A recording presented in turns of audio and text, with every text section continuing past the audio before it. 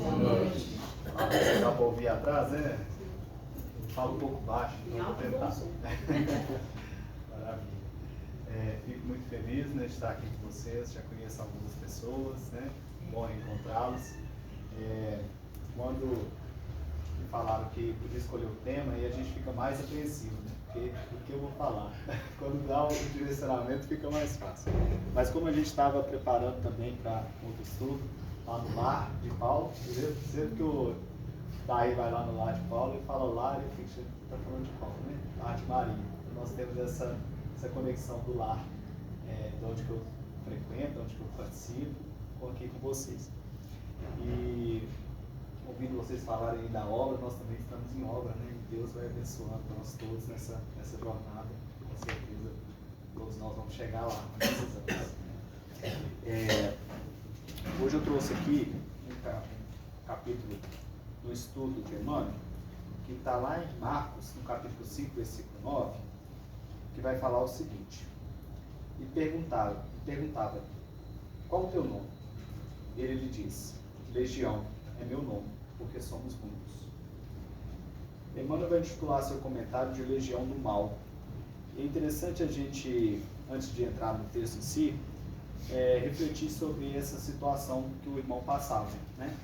Ali se tratava de uma obsessão num grau um pouco mais avantajado, né? Mais profundo, porque se tratava já de uma subjugação. Quando a gente vai estudar os graus, os níveis de obsessão, nós temos a obsessão simples, a fascinação e a subjugação, que antigamente se colocava como possessão, mas a gente sabe que esse termo não é correto, pois não se dois espíritos não ocupam o mesmo corpo, né?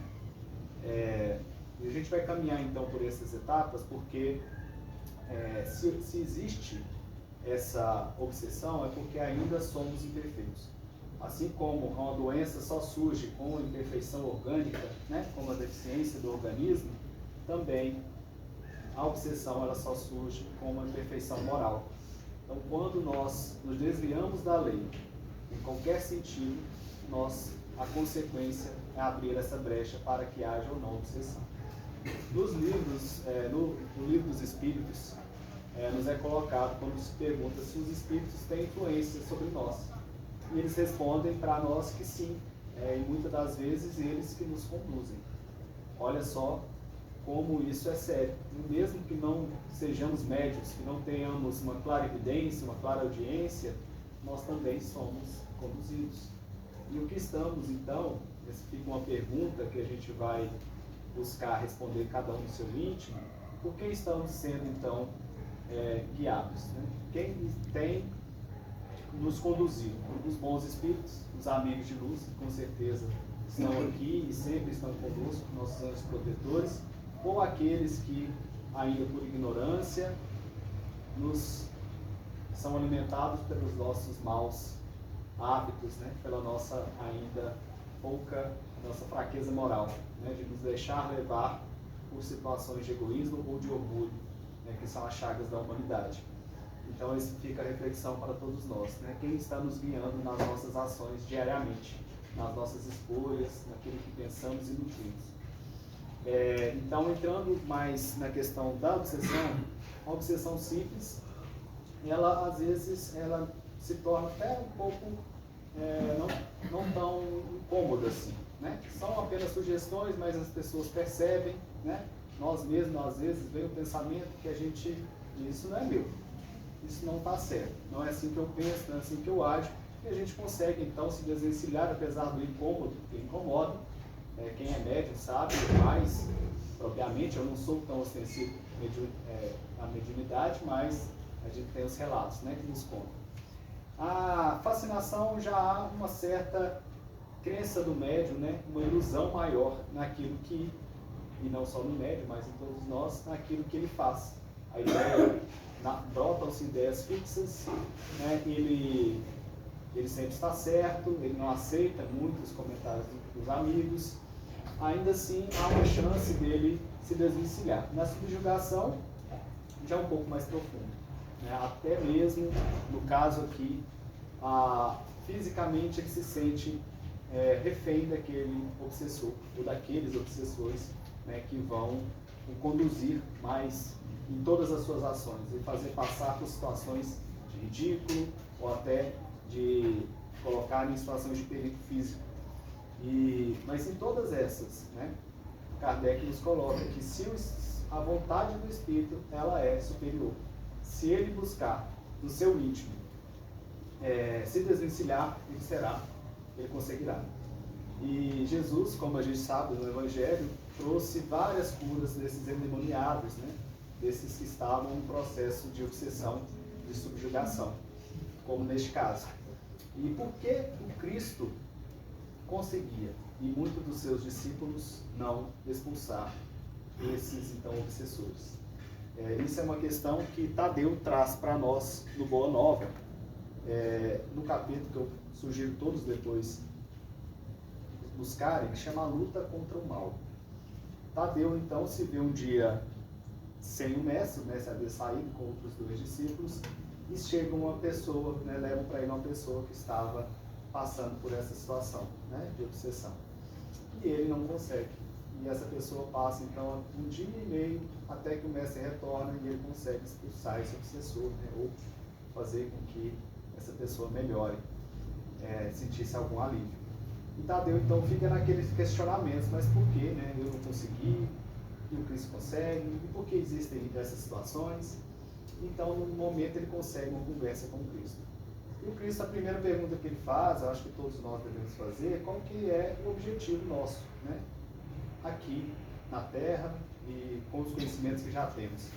E Tadeu, então, responde que seria construir o reino de Deus dentro do seu coração. E ele vai dizer, então, se você busca isso, por que está preocupado com os adversários? Porque o termo, né, demônio, diabo, ele se refere àqueles que são adversários, independente da situação. Assim como num jogo existe o adversário, no outro, na questão do diabo, era esse o termo que se usava. Né? O entendimento era de um adversário do Evangelho, adversário do bem, adversário daqueles que buscavam, então, difundir a paz, né, as palavras do Senhor. E o Cristo faz ele refletir. Se você busca isso, mantenha-se firme no seu trabalho. Né? Cada um foi colocado em um lugar próprio para desenvolver essa finalidade que você já sabe. Não se furte a esse trabalho. E ele coloca mais ainda, mas Senhor, como que o Senhor pode, né? Por que o Senhor então não expulsa todos de uma vez? Reúne todos aqui, expulsa todos, quem todo mundo sabe, todo mundo fica bem e estamos tranquilos. E ele diz, mas que mérito teria, né? Se na obra do Senhor, quem sou eu primeiro para fazer isso? Se Deus mesmo não o faz, se Ele nos dá a oportunidade de trabalhar em nós, né, as nossas virtudes, as nossas habilidades, através do outro, por que isso faria sentido? Né? Se estamos aqui na Terra para aprimorarmos, né, a cada dia, buscarmos a eliminar esse lodo ainda que há em nós, essas dificuldades morais, através do convívio, do relacionamento, que né, por isso que estamos aqui, é uma lei natural, a lei de sociedade, para que possamos juntos, né, aparar as arestas do outro. Por isso nascemos, né, com famílias, com aqueles, em muitos casos, aqueles que a gente mais deve, né, mais próximos, para que possamos, nessa encarnação, aprender a amar. Que mérito teria, que desenvolvimento teria? Né? Deus é muito sábio na sua pedagogia de nos colocar em contato com aqueles que despertam em nós ainda as nossas sombras, justamente para que possamos compreendê-las, ver que temos essas sombras e assim buscar modificá-las. Então, naquele diálogo, Tadeu vai esclarecendo as suas dúvidas e compreendendo que o seu papel é o do esforço. Se a gente buscar lá também no Evangelho, quem é o verdadeiro espírito é aquele que se esforça em tomar as suas más tendências, suas más inclinações, nós enxergamos essas lições de forma mais clara. Como foi lido agora, somos os trabalhadores da última hora, né? O trabalhador que quer simplesmente o descanso, né? Vamos deixar para depois, para a próxima encarnação, sendo que essa é a melhor encarnação que nós temos, é aquela onde estamos mais conhecimento, com mais ferramentas para trabalhar e para buscar aplicar, né, em nossa vida prática, não só ficar nas teorias, em quantas religiões já passamos, em quantas situações já vivemos ao longo de outras encarnações, para chegarmos até aqui. Agradecemos por elas, mas vamos partir daqui para frente e fazer o melhor que podemos, como o Chico já nos disse, né? Aproveitar a oportunidade que nos é dada e escrever uma nova história a partir de agora. Então, continuando a respeito de instância de limites,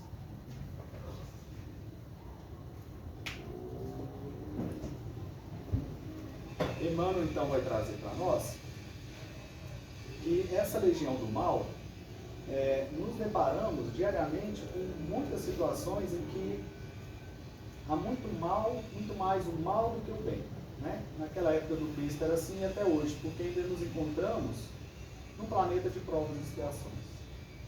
O planeta que estamos, sabemos que ainda se reina o mal. Estamos em transição, é claro, mas ainda assim, o mal que está na Terra ainda de certa forma aparece mais, até porque o bem ele é um pouco mais tímido, né? Tem isso também no Evangelho, o bem é tímido, às vezes a gente fica retraído em praticar aquele bem, e não devemos sair dessa situação. Então, naquele momento, o Cristo estava diante daquele que estava com uma legião, vários espíritos obsessores, subjugando aquela pessoa, e ele era um só, diante de uma multidão de delinquentes, né, de pessoas que estavam naquela situação.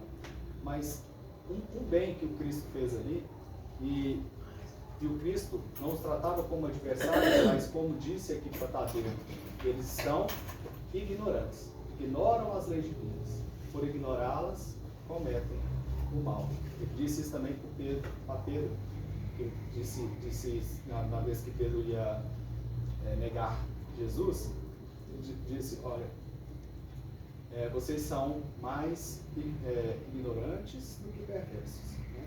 Por falta de conhecimento, por falta de bagagem moral, cometem o mal, mas muitas vezes não com essa intenção tão clara. E aqui ele ensina a Tadeu, então não os trate apenas, não queira repeli-los, mas acolher. Por quê? Todos nós fomos criados simples e ignorantes, né? Se nos adentramos na feira do mal, foi pelo livre-arbítrio. E se somos todos filhos de Deus, irmãos, como que eu posso querer combater um irmão? Lembrando aqui do livro Paulo Estevão, que Estevão fala para Paulo, Cristo me ensinou a não entrar em contendas inúteis. Paulo fica mais nervoso ainda com aquela fala de Estevão. Porque de fato é isso. Nós não estamos aqui para combater nada. Nós estamos aqui para esclarecer e para acolher. Assim que Tadeu compreende esclarecido sobre isso, ele percebe que ele não tem que combater o adversário, mas acolher. Compreender que o outro é irmão. Se é irmão, eu trato bem, eu quero bem, eu faço o melhor que eu posso. Dessa forma, o Emmanuel vai trazer para nós aqui, né? O Cristo não se impacienta, indaga carinhosamente seu nome. Respondendo interpelado, chama-me legião, porque somos muitos. Os aprendizes que o seguiam não souberam interpretar a cena em toda a sua expressão simbólica.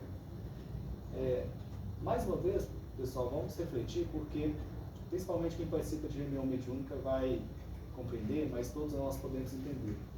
Quando o espírito é trazido, né, numa reunião de desobsessão, enfim, de tratamento, ele representa um grande aglomerado de espíritos, com aquela mesma temática. Se quem traz a vingança, fulano me fez mal e eu estou aqui para vingar, quero que ele passe pelo mesmo que eu passei, enfim, são situações que podem acontecer. Quando aquele obsessor é esclarecido, né, que aquilo já passou, que a vida não acaba, que aquela pessoa já está em outra vida, em outra existência, e que quem está sofrendo mais é ele, porque ele continua revivendo aqueles momentos na cabeça dele por séculos, às vezes, né? A gente vê situações que levam milênios, às vezes, para ser resgatado, por uma coisa pequena. Quando ele percebe isso, que ele cai em si, ele fala, nossa, é mesmo, perdi meu tempo, fiquei estagnado. E o pior para o espírito é ficar estagnado, porque voltar ninguém volta. Né? Conquista moral que a gente já tem, aquilo onde a gente já chegou, moral intelectual, a gente conserva. Ninguém volta, mas a gente pode ficar estagnado. Se a gente ficar estagnado, todo mundo está avançando, parece até que a gente está regredindo. Mas é porque a gente parou do tempo mesmo. E quantos espíritos estão nessa condição? Né? A literatura espírita nos traz essa ideia. Então, quando a gente vai, então, consegue acolher um irmão desse, que a espiritualidade trouxe para uma reunião, por exemplo, pode estar aqui, né, agora, e ele consegue esclarecer, vários, milhares daquela mesma temática são também esclarecidos, buscam a redenção e passam, então, e são tratados, são acolhidos. Então, às vezes aqui, pessoal, num simples gesto nosso, num simples pensamento, centenas podem estar sendo acolhidos. Eu me lembro de um encontro de jovens que a gente participou, e um certo dia, acho que era o terceiro dia do encontro, era no carnaval, a espiritualidade manifestou e falou, olha, cada abraço que vocês dão, a cada sorriso, a cada gentileza, né, a cada aperto de mão, a cada choro aqui sincero, milhares estão sendo resgatados dos umbrais. Centenas de jovens, principalmente eles disseram suicidas, estão sendo auxiliados por esse encontro que está acontecendo.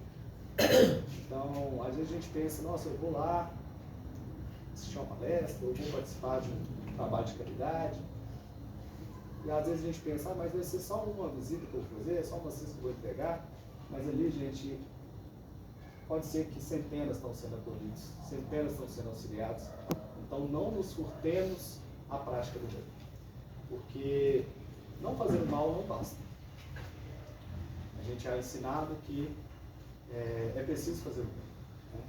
Não fazer nada também é fazer o mal. Ficarmos estagnados, como disse o Evangelho, o trabalhador da última hora, ele busca todas as oportunidades de fazer o bem. E a gente só vai qualificar nosso magnetismo pessoal, a nossa capacidade de auxiliar o outro através disso. Quem é médico e trabalha com cura sabe disso. Para qualificar suas energias, para poder potencializar, serem auxiliados melhor pelos espíritos e os benfeitores, pratique o bem. Essa é a lição. Né? Faça todo o bem possível. Até hoje pergunta-se sobre o conteúdo dessa ocorrência. Né? É o que o Senhor desejava transmitir imortal ensinamento aos companheiros de tarefa redentora. À frente do espírito delinquente perturbado, ele era apenas um interlocutor. Entretanto, denominava-se legião, representava maioria esmagadora, personificava a massa vastíssima de intenções inferiores e criminosas. Revelava o mestre que por em determinado tempo, olha só, em determinado tempo o bem estaria em proporção diminuta, comparado ao mal em aludes arrasadores. Se te encontras, pois, a serviço do Cristo na terra, não te esqueças de perseverar no bem, dentro de todas as horas da vida. Aquilo que a gente acabou de falar. Convicto de que o mal se faz sentir em derredor à maneira de legião ameaçadora, exigindo funda serenidade e grande confiança no Cristo, com trabalho e vigilância, até a vitória final. E sobre o trabalho, né, as recomendações de Emmanuel são muito claras para nós. Né? O estudo, o Evangelho, a doutrina espírita e o trabalho do bem. Pelo menos uma vez por semana. O que nós estamos fazendo aqui é um estudo, a gente está fazendo um apanhado, claro que não é pretensão minha, espero eu não estar falando nada errado, depois eu daí corrijo em qualquer ponto, mas é importante a gente sempre buscar o estudo, o entendimento daquilo que a gente está fazendo. E a prática da caridade. Em qualquer trabalho, eu sei que a casa tem vários, né, daí? Aqueles que ainda não estão vinculados a nenhum, participem, né? Busquem uma vez na semana, pelo menos, fazer o trabalho no bem. Se não der para ser aqui, busquem em outro lugar, porque tem em vários órgãos, né? Nós temos aí hospitais, escolas, asilos, enfim, orfanatos, locais que precisam de visita. E um simples telefonema hoje, para aqueles que têm dificuldade de sair de casa, um simples WhatsApp mandando uma mensagem, já é algo que vai trazer, às vezes, um conforto no coração aflito. Porque nas grandes calamidades, as grandes dificuldades, e a gente tem passado por elas, né? Como a gente pode ver aqui no Brasil mesmo, a gente vê se brotar a caridade por todos os lados, né? Todo mundo se comove, todo mundo busca ajudar, mas o Evangelho também nos conta que nós devemos buscar os infortúnios ocultos. Aqueles que não gritaram, que não pediram, mas que estão passando por necessidade. Só se consegue isso através, né, de estarmos vigilantes na prática do bem, porque as oportunidades surgem a todo instante. Os bons espíritos vão nos conduzir a esses necessitados, né?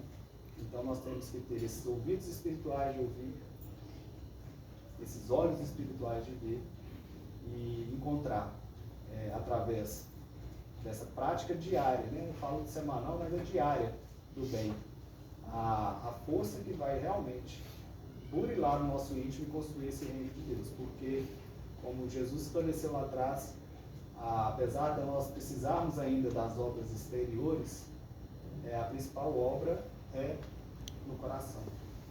A principal construção a ser feita é despojar das nossas imperfeições através do perdão. Muitos de nós ainda vacilamos nesse item que é importantíssimo, na indulgência, né? Não observar o erro dos outros, e na benevolência, que é o que temos falado aqui. Essas são as três formas, né, que juntas é a forma que Cristo entendia a caridade. Então, indulgência e benevolência. Se a gente conseguir unir esses três, e como deixou para nós também Santo Agostinho, prescrito, e sempre a Espiritualidade nos lembra, isso é um hábito diário que a gente pode refletir todos os dias. Eu fiz algum mal, eu faltei com indulgência com alguém, eu preciso perdoar. Fazer essas questões para nós mesmos, né? Podemos até escrever, porque o hábito de escrever também nos ajuda a fixar, para que possamos não repetir mais e fazer melhor. Inclusive, no Evangelho, quando vai falar o homem de bem ele faz essa prática espiritual. Apesar de ele já viver toda a lei, pureza, de justiça, amor e caridade na sua maior pureza, ele faz essas reflexões diárias, porque todos nós, por mais que estejamos já despojados de alguns erros, ainda precisamos aprimorar, porque estamos muito distantes de espíritos puros.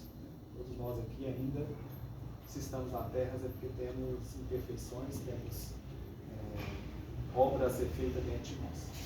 Então, a fala que a gente trouxe é essa, foi breve, mas espero poder ter contribuído um pouco.